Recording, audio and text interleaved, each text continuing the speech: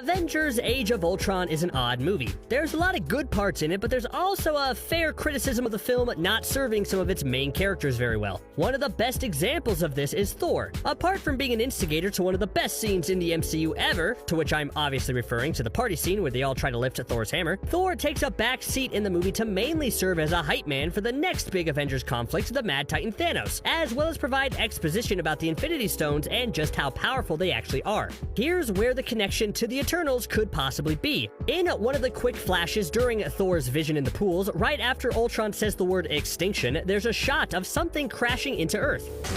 Extinction.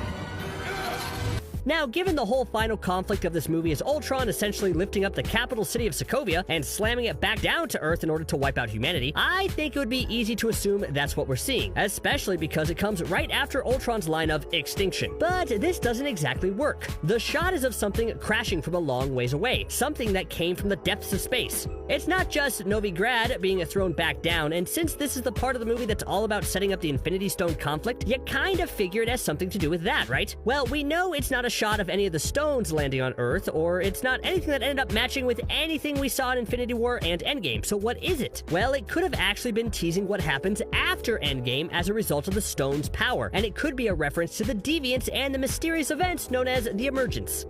Now let's jump ahead in the movie a bit. As everyone is bickering and fighting over whether to bring Vision to life, Thor shows up and ends the debate by using lightning to Dr. Frankenstein the Synthezoid to life. Everyone's a little on edge because they don't know if Vision will try to destroy them all or help them. But after Vision puts some pants on and creates a nifty new cape for himself, people start to calm down. You know, I'm glad Vision copied the cape from Thor instead of something else. Think about it. The first thing you notice about Thor isn't his cape. It's probably most likely his luscious locks that look straight out of a shampoo commercial. Like, what if Vision tried to copy that instead of the cape? Now all I can picture is Vision with Thor's bright blonde hair, and now I won't be sleeping tonight. Anyways, after everyone is a bit more calm, Captain America basically asks Thor why he just showed up and immediately brought Vision to life, to which Thor responds, I've had a vision. A whirlpool that sucks in all hope of life, and at its center is that. He's referring to the Mind Stone as well as all the Infinity Stones in general, but it's his word choice here that stands out. A whirlpool that sucks in all hope of life. Now, you could just chalk this up to Thor getting poetic with his descriptive language. I mean, his sentence certainly sounds better than, OMG guys, everything is going to be destroyed soon. We better start preparing. But now the big question is it possible the God of Thunder was referring to an actual whirlpool? I wouldn't be surprised if Thor was talking literally here. And that brings us to the Eternals trailer.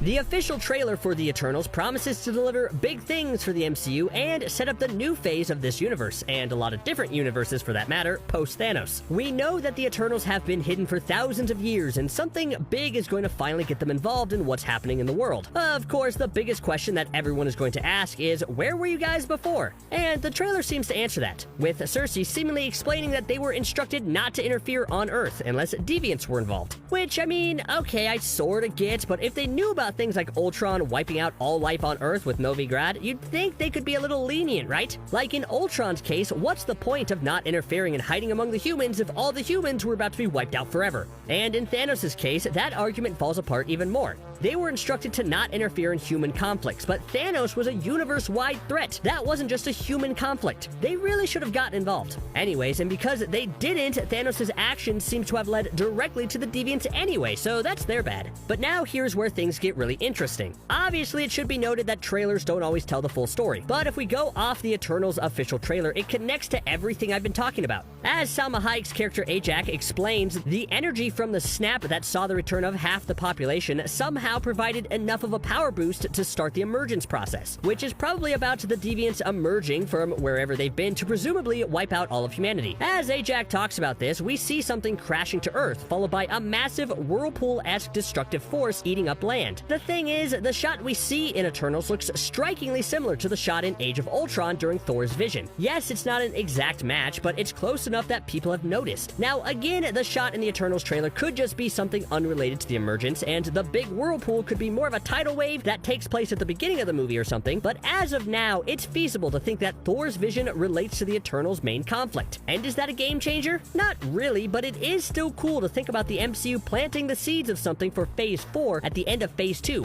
Or, probably more likely, the MCU retconning the idea that Thor's vision was going to relate to Eternals because back in Phase 2, they didn't know they were going to make an Eternals movie in Phase 4. Either way, I think it's neat. Now, if this really is a connection, then I think we should have a discussion regarding the impact of the Infinity Stones on the MCU. This would mean that in Thor's vision, he saw the after effects of the Infinity Saga instead of the actual Infinity Saga. If this is true, then doesn't that imply that whatever the emergence is and whatever destruction the Deviants will unleash is perhaps even more dangerous than Thanos? Like, it suggests that the Infinity War was actually a precursor to the really bad thing that's coming to the MCU down the line, and the meaning of Thor's vision becomes about how the events of Infinity War and Endgame lead to an even bigger conflict, though it's extremely difficult to imagine anything being bigger than the Infinity Stone saga. That is, until the multiversal war finally breaks out, but I don't think this will have anything to do with that. Maybe. Who knows? I don't know. On the other hand, we should ask the question, are the Infinity Stones still worth talking about? Having these powerful stones as the indirect cause of whatever is going to happen in the Eternals begs the question of whether this is truly going to be a new chapter of the MCU or a loose continuation of what came before. I think there's an argument for both. On one hand, I think it's important to show the after effects of just how devastating losing half the universe has been, and if that means dealing with unexpected consequences that popped up from bringing everyone back, then that's great. But on the other hand, having this linked to the stones means we're just going to keep asking questions like why the Eternals didn't step up during Infinity War, while possibly having a small problem in regards to telling new stories and setting up new conflicts in the MCU.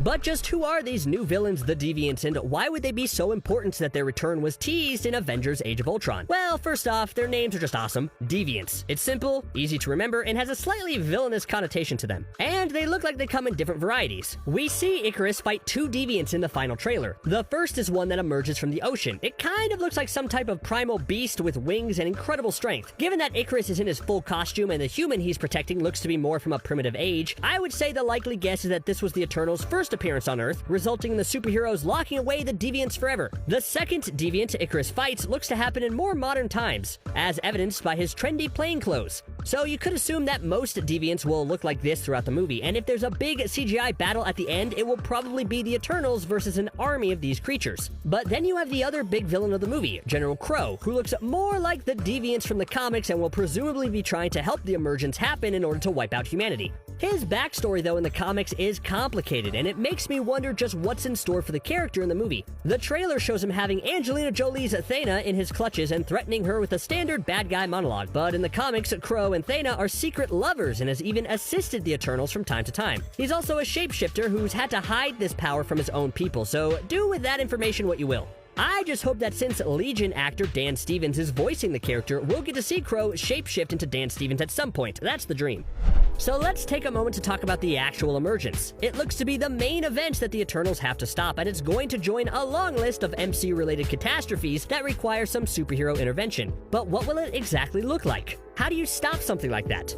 Well, the way that Ajax puts it makes it seem like it's some sort of barrier or a prison that's holding the Deviants back from the world. I know it's a movie that just came out, but I wonder if it's going to be something similar to Shang-Chi and the Legend of the Ten Rings. That film introduced Ta Lo, the mystical village that may or may not exist in a separate dimension, as well as the Dark Gate, which held back an unimaginable evil known as Dweller in Darkness that threatened to destroy everything. Will the emergence work in a similar capacity? Ajax said that they have 7 days to gather and stop the emergence, so once united, will the Eternals use their considerable power to keep some type of door closed? I do hope the answer is a little more complex than that. Maybe if the movie wanted to tie into the upcoming multiverse arc, they'll have the Deviants trapped in another universe and slowly bleeding over to our side. That way, we can continue to build up to the inevitable multiversal war and provide another instance of tampering with the multiverse, much like we've already seen in WandaVision, Loki, and the upcoming Spider-Man No Way Home. But only time will tell what this event actually is and why the power from everyone returning to Earth provides enough of a surge in order to help the Deviants reappear. Since Thor's vision may have linked to the Eternals, are there any other hidden clues or meanings within his time in the Water of Sight? Did the water spirits that guarded that place nudge Thor in any other direction to hint at something in Phase 4 or Phase 5? Not really, but I do think there's something interesting about the scene overall. While Thor is in the pool and he starts withering around while getting his flashes, lightning shoots all over his body, and it's a lightning bolt that shoots up into the sky and allows him to catch a glimpse of all the stones. This is Thor emitting lightning from his body way before he became confident enough to do it himself. Remember, in Thor Ragnarok, he thought he needed his hammer to really act as a conduit for the lightning, but his final battle with Hela allowed him to access that power within him. It's kind of a hint that Thor has more power than even he realizes. Plus, if it's his lightning that allows him to see things across the universe, then that's an untapped power that could be explored in future movies. Of course, we have to mention the elephant in the room. This whole theory hinges on the idea that the shots in Avengers Age of Ultron and the Eternals trailer are eerily similar, and the most passionate MCU fans will be quick to say that it's Kevin Feige's master blueprint for this always to be the plan, and they were intentionally referencing Eternals in Age of Ultron. And who knows, that could very well be the case. The powers that be might have had a general idea that this was the ultimate goal, or it could just be one big coincidence. Like, it might just be a case where they had that VFX graphic of the Earth and something hitting it created for Age of Ultron, and then when it came time for the Eternals movie, they just used that same type of graphic again. Why create something entirely different for more money when you can just reuse something already in your vault? Better yet, imagine the MCU team sitting around and discussing their options, and someone mentions how they have that one shot from Age of Ultron, and they all realize just how great of an idea that is. Hey, anything is possible, right? If this theory is true, would that mean that Thor can continue to play an important role in the MCU going forward? I mean, it already seems like he'll stick around for a bit, which is still just a crazy idea, right? I mean, when the Iron Man, Captain America, and Thor franchises were all starting, would any of you have bet money that Chris Hemsworth's Thor would outlast RDJ's Tony Stark and Chris Evans' Steve Rogers? No, right? But because the character was completely Taika Waititi-ized, he's now on a completely new trajectory, and could feasibly stick around for a few more solo films as well as a new Avenger team-up movie down the line. Since that's the case, they could make Thor the ultimate Infinity Stones expert. He's the one who had the most knowledge in the beginning, and the MCU could position the God of Thunder as someone who's now interested in cleaning up the ramifications Thanos' actions had on the universe as it heals. That would lead him directly to this new Eternals conflict with the Deviants, and if they tie in the fact that his cave vision was a warning about the emergence, then that's an interesting way to keep the character involved, and would be a fun piece of connective tissue. What would Thor, who's usually used to being the oldest person around, feel like if he's suddenly around Eternals, who are thousands of years older than him? It would continue to grow and evolve Thor's character in new and dynamic ways. Do you think Thor knows anything about the Eternals, or is he just as in the dark as the rest of us? Let's find out, right?